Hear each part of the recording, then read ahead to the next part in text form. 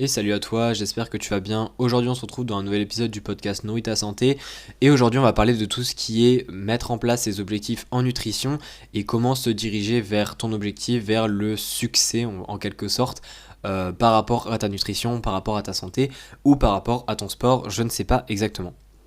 Et ici en fait dans cet épisode j'avais envie de parler euh, en fait de ce sujet-là, mais surtout de parler de quelque chose qui, selon moi, est beaucoup trop sous-estimé pour justement répondre à cette question de comment faire, les étapes qu'il faut pour que je réussisse, etc.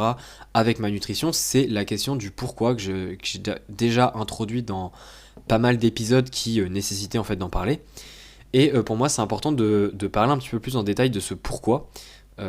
Puisqu'il est super important en fait quand on souhaite vraiment atteindre un objectif et qu'on souhaite un petit peu commencer son aventure en quelque sorte vers quelque chose qui nous tient à cœur, quelque chose qu'on essaye de poursuivre à travers notamment notre alimentation, ça peut être aussi à travers le sport, bref, peu importe. Et j'avais envie de te donner en fait quelques idées à travers ce pourquoi qui te permettront par la suite de créer une stratégie en fait pour justement atteindre ton objectif et pour décider en fait ce que tu veux vraiment. Parce que le pourquoi, c'est important d'en parler, puisque déjà, la première étape, en fait, selon moi, pour atteindre ton objectif en nutrition, c'est déjà de savoir si l'objectif que tu as est réellement ce que tu veux. Parce qu'il y a beaucoup de personnes qui souhaitent, par exemple, perdre du poids, gagner en masse musculaire, des choses comme ça, mais c'est une idée très vague et c'est notamment une idée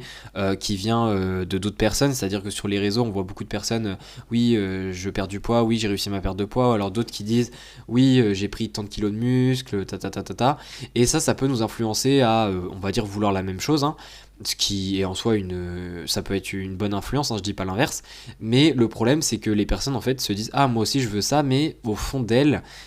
c'est pas forcément le cas, et sauf elles ne s'en rendent pas compte. Ça fait qu'elles se dirigent déjà vers un objectif qu'elles ne veulent pas vraiment. Et si elles veulent vraiment ce résultat-là, en fait, actuellement, c'est juste parce que justement elle a vu d'autres personnes l'avoir et elle se dit oh ça peut être cool, mais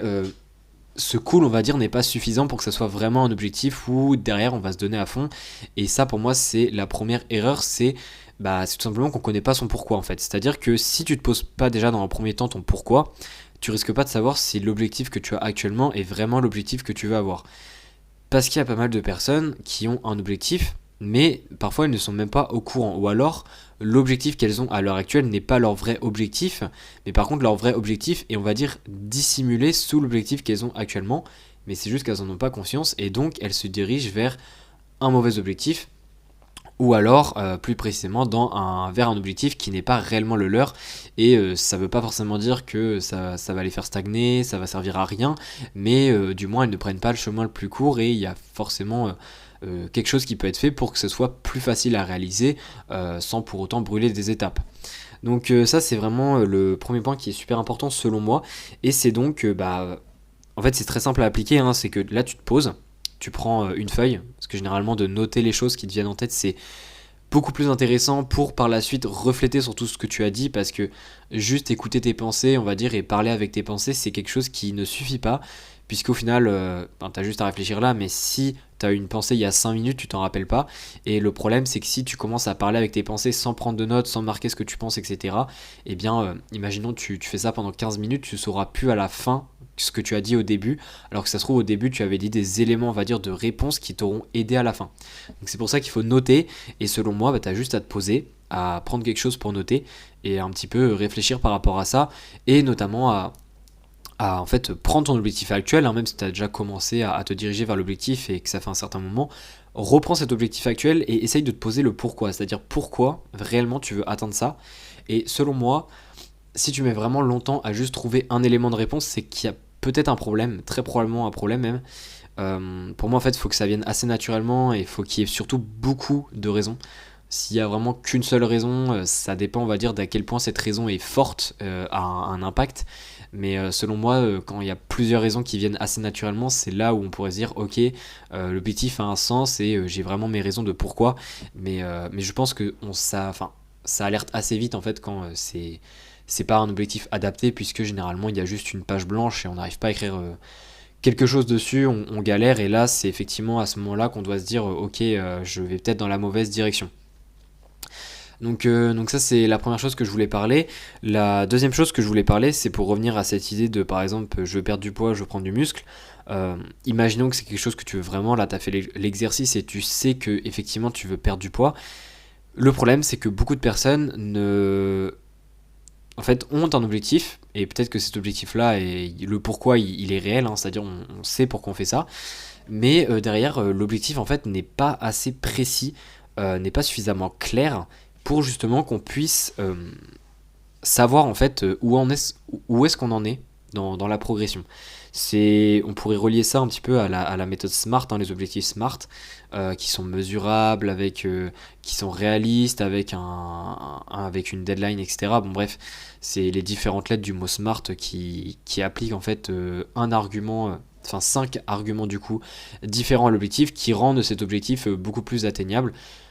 Et c'est justement en fait un petit peu cette idée, c'est-à-dire que beaucoup de personnes ont un objectif, mais derrière l'objectif, on ne sait pas combien de kilos tu veux perdre, on ne sait pas jusqu'à quand tu te donnes, parce que après cette date limite, ça va être moins cool pour je ne sais quelle raison.